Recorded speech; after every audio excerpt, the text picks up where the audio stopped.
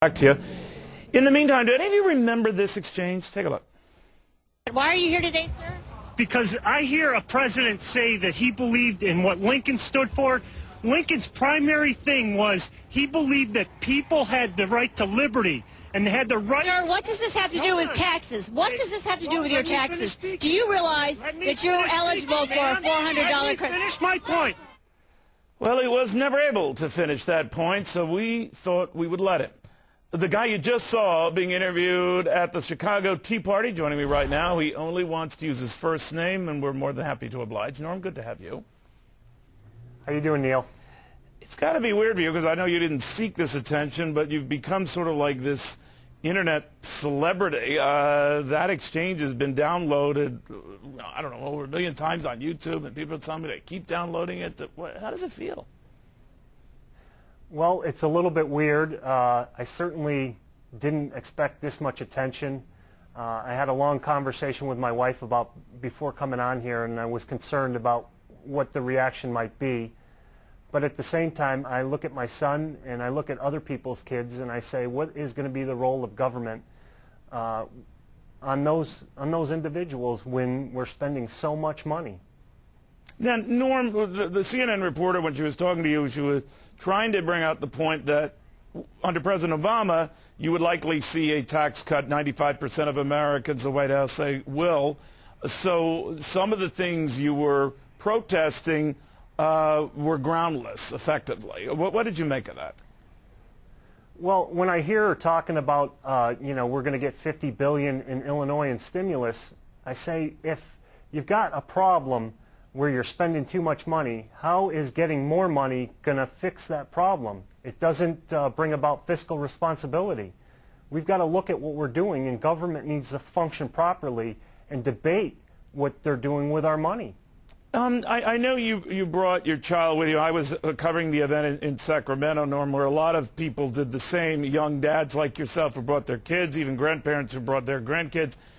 And they all were taking great offense to the fact that many in the media were referring to them as fringe groups, crazy protesters, right-wing nuts, that sort of thing. Did that bother you? Yes, it did. I was just trying to put the government on guard about what they're doing, and I didn't really appreciate being labeled.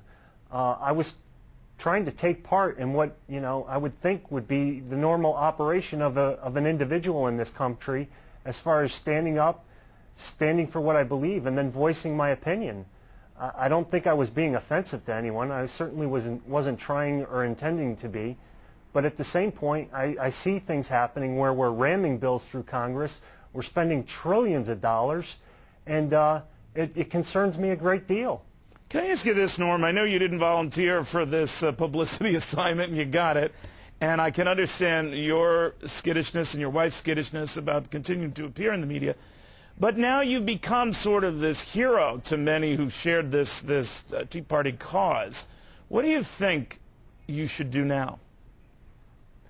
Well, this was really, really difficult. I mean, even coming on today, my wife is just extremely, extremely nervous about what's happening.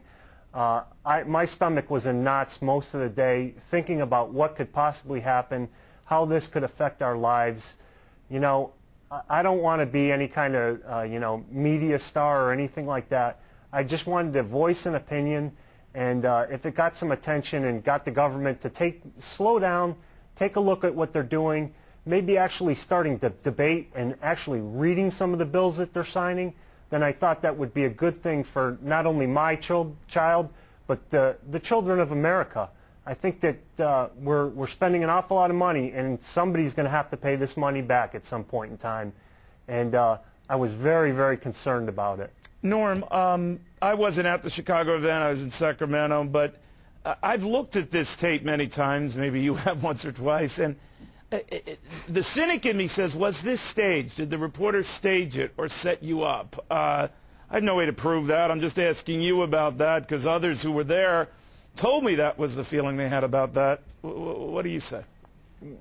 Well, I don't know, but I always used to talk with my grandmother, who has long since passed. about media bias, and we're talking all the way back into the 80s, and how they used to downplay, protests or speeches by different people, and then upplay other things that they wanted to push forward. And I just think that right now the press needs to do a better job of functioning and holding our government accountable on both sides. I mean, Republicans and Democrats. I see what happened with the housing crisis, but I don't see any fixes yet. I don't see anyone being held accountable. So it's like, where's the press? They should be on both of these parties, and they should be on them like a rabid dog. You know, we need to get some answers, and we need to get some resolutions. And people forgot that, Norm. You mentioned a very good point, because lost in this whole argument about whether it was a left-right cause, you and your wife are in the camp that says government spending, big spending, you're opposed to. You're opposed to President Bush had the financial rescues and bailouts, and you continued that opposition into this new administration. So this was, I guess, a bipartisan rant on your part, right? Yeah, I would think so. I think it affects everyone in the country. A friend of mine made a good analogy just today. He said, you know, I hear this statement about glimmer of hope in the economy. Well, is it a glimmer of hope, or is it the rocket of inflation warming up, getting ready to take off? Good point. By the way, your child was much better behaved than mine would have been. I mean, so my touche. Hats off to you.